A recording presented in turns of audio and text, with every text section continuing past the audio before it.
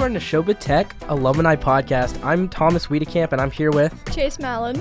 And we are going to explore life after Nashoba Tech and the journeys that our graduates undertake and careers and community involvements that they build along the way. Our guest today is a class of 2021 alumni and graduate of Nashoba Tech's Health Assisting Program, Lindsey Parise. Welcome, Lindsey. Hi, thank you. Thank you for coming. Thank you for having me. Can you tell us what Nashoba Tech was like when you were a student here? Yeah, absolutely. So visually, it kind of looks the same still. It looks like we have some new paint on the walls here, though. And I know as a freshman, I did every shop for one day, and then we did our top 6 for 1 week. I do think that's changed a little bit now, however. Is that true? Yeah, we do half-day programs where we're Okay. there for half of the day. We hit a lunch period, and then we switch to another shop. Oh, awesome. But I mean, overall, we had like the academic week, our shop week, and I thought that was always really fascinating to be able to come to a school, learn academically, but then really dive into like your future career. So I was always really excited to come here. Yeah. Nice. So when you joined Nashoba Tech, did you know exactly that you were joining health assisting right away, or was it like a process where you had to go through all the shops and kind of see what's up and pick a program? It was definitely a process for me. Okay. So I initially was interested in coming to Nashoba Tech for the biotechnology program. So throughout the 1 days and the 1 weeks, though, I kind of learned I wanted to shift gears. But again, we're kind of 14, 15 years old our freshman year, so looking into the future and deciding what we really want to do can be quite complex and hard at that age. So I kind of went with what I was going to be comfortable with, which was cosmetology. And for freshman year, that was great. I had lots of fun working with the different members in that shop, but I knew personally it wasn't necessarily fulfilling me.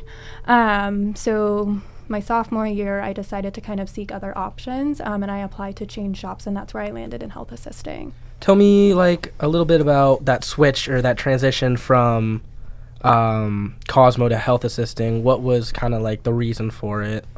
So I think overall, I've always loved a really good challenge, and I've always loved math and science. And when we think of health, we usually think about more science-based material. Cosmetology had those aspects, but in a different manner. So I really wanted to challenge myself. I started considering my career, what do I want to do? And I just didn't see myself doing hair or makeup or like esthetician stuff. Mm-hmm. So I met with my guidance counselor, and then, I did, I believe it was 3 1 weeks again. And ultimately I decided to go into health because I just felt it was going to be the best fit for me. Can you tell us about other clubs or extracurriculars you were involved with at Nashoba Tech? Yeah, so I was part of the National Honor Society, so with that, doing some excess community service, so volunteering, whether it was here at the school or for outside programs and facilities. And then I did cheer for a few seasons and also lacrosse. Did your experiences in these clubs and activities influence you or help you on your path to a career that you chose? I think overall, the community service probably had the biggest impact for me, just because when you're doing community service, you're sometimes working with different populations. And when you're working with different populations, you see everyone's different backgrounds. Sometimes people are more in rural communities versus others are not. So kind of seeing the trends between them and like different health statuses. So how could I always give back and help make a better impact in their life, and kind of bringing that into the real world. Nice. So for freshmen who are coming into the school and they're looking for a program, and it is a process to find what shop they would like to be in, do you have any words of advice for them as they start their journey? Take it one day at a time, I would like to say. I think some of us are always super eager to kind of grow up and really advance our careers, but we always want to take the time to reflect and say, what do I see myself doing right now, but also in the future? So looking at the longevity of everything. So by taking it one day at a time, you're not rushing yourself, and you're really thinking through the process and understanding what really is going to best fulfill you. Yeah, and for advice for upperclassmen, do you have anything to kind of any advice for them as they get closer to graduation? I always like to say life is what you make it. So I think sometimes, especially in high school, it's really hard to navigate in different ways, whether it's grades, different things that are going on in life. So it's always look to the future and just say, you know what, I can do this. I make my path, not anybody else. So if you're coming from a spot where you're like, you know, I wish things had been different, you have the opportunity to make that change for yourself. Moving towards the greater education section, can you tell us about where you went to college and more about your program of study? Yeah, absolutely. So I started on dual enrollment when I was a junior here. So that was through Middlesex Community College, and I was doing liberal arts and sciences there. So it was pretty basic when it came to like your English, math, and sciences. So it was really good to do like your prerequisites. From there, I had transferred into a school called Western New England University. However, I didn't stay there very long. The way credit transfers work can get a little tricky sometimes, and unfortunately, the way we had perceived them transferring in didn't actually happen. So I opted to leave that school, and I went to Southern New Hampshire University instead. I did all online for my bachelor's and master's degree, because when I was here through the mid of my junior year and then all of senior year was when like the COVID pandemic happened and we moved all online. So I had a really hard time then going back into a classroom, because I kind of got used to doing like my own pace, my own work, and different things like that. So that's when I opted to kind of go back to online. Mm-hmm. Yeah. With online, you can have your own structure as well and not need to follow anything. Yeah. But how did your experience in health assisting at Nashoba Tech prepare you for the college studies? Yeah. So I remember kind of through the health assisting shop, it's more focused on building your clinical skills. So that's your clinical knowledge and then actually performing different skills you would utilize. So, and I know a lot of them do like the certified nursing assistant degree and everything like that. Personally, for me, I never really thought clinical for myself. I know a lot of people opt to go into like nursing, medical assistants, doctors. I remember I was actually speaking with my shop teacher one day, and I said, I don't know what to do. I don't know what I think is going to make me happy at this point. I know I want to be in health, but I don't know what I want to do in health. And she mentioned healthcare administration. And that's what I ended up going to school for. So that's a lot of the behind the scenes of healthcare, which people don't always realize everything that goes on, you know, after your doctor's appointment, before your doctor's appointment, while you're in the room, all the coding, the cycling, how is the schedule built. So I felt really pushed by my teacher to say, you know what, you can make a difference in health. It's just finding the right avenue for it. Do you have any college experiences that you cherish and value? I think overall, the biggest thing for me from college was just giving myself the opportunity to learn and grow. A lot of people don't like to learn, or they don't want to do their research papers. I personally found it really fascinating to always look at like different data trends and things. So I think if you're going through the college experience, definitely taking the time to say, it might not be my favorite thing to do, but it is really valuable information. Yeah. Is there anything that you wish you did differently in college or even high school now that you're working in education? That's a difficult question because I feel like me a year ago would probably say yes, I wish I did something different, but me today, I'm going to say no. I feel like every opportunity I've taken or said no to has really built that foundation for my career. And overall, I feel pretty happy and content where I'm at, and I'm looking forward to, you know, seeing into the future what more we can do. So I'm going to say no. Okay. Let's talk about the future a little bit. Do you have any future goals you have in the next 5 years or so? So for 5 years, just kind of continue to grow my career. I've thought about maybe going back to school for an MBA or even for a clinical degree, but that comes with a cost. So save my money and just kind of see where my path takes me and go from there. Could you tell us about the career that you're currently working in now and what your typical workday is like? Yeah. So currently I'm an administrative manager and office coordinator for a medical facility.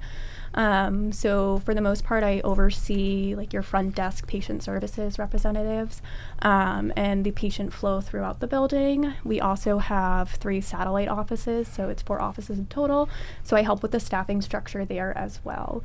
My day-to-day is, come in, open up the office, review our provider schedules, make sure nothing is out of alignment, everything's looking good, and just kind of review different patient scenarios that we have going on, making sure our internal communication communications are working as they should, as well as external communications, and really trying to optimize like patient flow, patient availability, and looking kind of at the population and saying, you know, what are they demanding the most? Like, what type of an appointment do we really need today? And then bringing that back to a few other managers and the clinical directors, and just making sure, you know, we're taking the right approaches for healthcare. Yeah. Do you have a favorite story or moment from your workplace that you'd like to share? Let me think.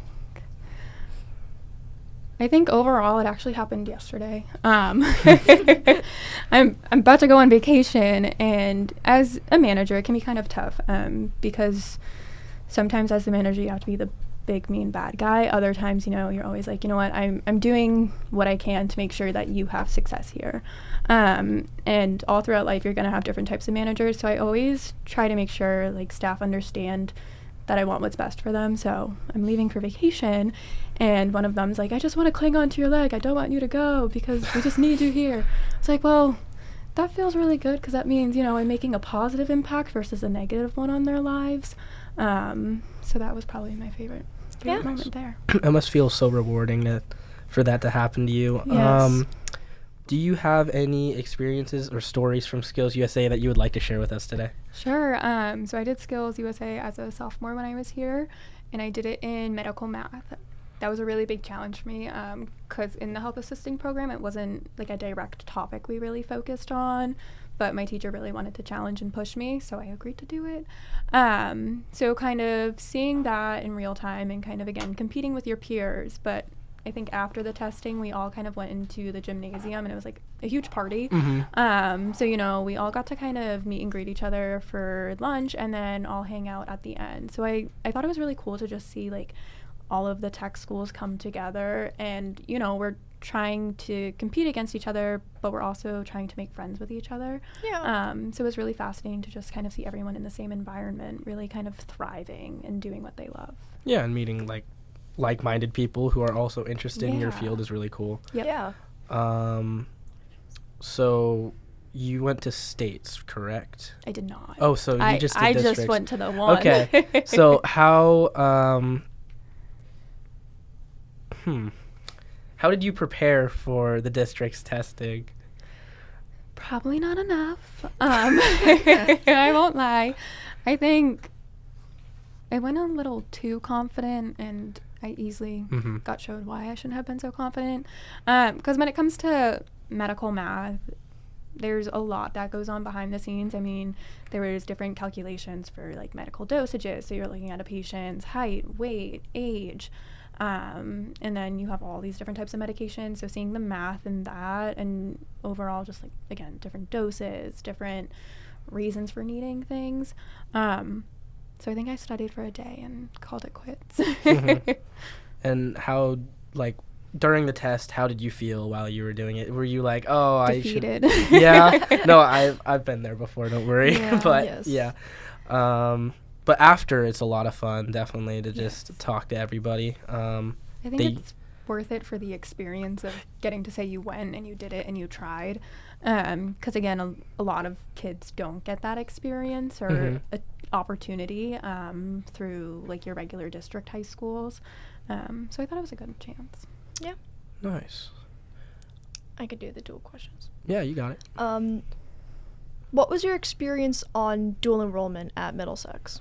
So I signed up for dual late, kind of. So I started my junior year of high school here, and I went to my guidance counselor, and I said, I think I want to go back to my hometown school. And they kind of looked at me like, why would you do that? And I wanted another opportunity, I guess. I kind of felt like I wasn't being challenged enough, like academically a little bit. So I kind of explained that, and he thought dual enrollment was a great opportunity for me. So I was happy I signed up late because I didn't have to do any of the testing to get you into dual.